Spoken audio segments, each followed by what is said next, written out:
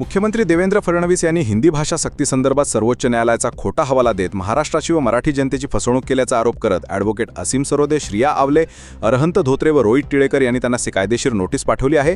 या नोटीसीमध्ये फडणवीसांनी 7 दिवसात खुलं उत्तर द्यावं, अन्यथा शासन पुरस्कृत भाषा अत्याचाराच्या विरोधात न्यायालयात जाण्याचा इशारा देण्यात आला आहे।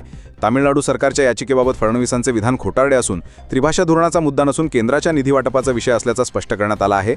याशिवाय पहिलीपासून हिंदी शिकवण्याचा सक्तीचा निर्णय तात्काळ मागे घेऊन अनिवार्य शब्द हटवणंही अन्य चाचकाठींच्या माध्यमातून हिंदी लादण्याचा प्रकार थांबवावा अशी ठाम मागणी करण्यात आली आहे। नोटीसीत राज्यातील 10,000 मराठी शाळा बंद झाल्याची चर्चा असून 17,500 शाळांवर बंदीची टांगती तलवार आहे। मराठी शाळांचा दर्जा, पायाभूत सुविधा व विद्यार्थ्यांच्या हक्कांसाठी सरकारने गंभीर पावले उचलावीत अशी आग्रही मागणीही मांडण्यात आली आहे। शिक्षण हक्क कायद्यानुसार शाळांना थकीत 2,000 कोटींच्या वरची रक्कम तत्काळ द्यावी, तसेच गरीब व बहुजन समाजातील मुलांना खासगी शाळात 25% मोफत प्रवेशासाठी सरकारने निधी द्यावा, अन्यथा हे मुलांचे हक्क डावलण्याचा गंभीर प्रकार ठरेल असा इशाराही देण्यात आला आहे। हिंदी सक्तीच्या विरोधात राज्यभर संताप उसळला असून या भाषा अत्याचाराविरोधात कायदेशीर लढा देण्याची तयारी सुरू आहे।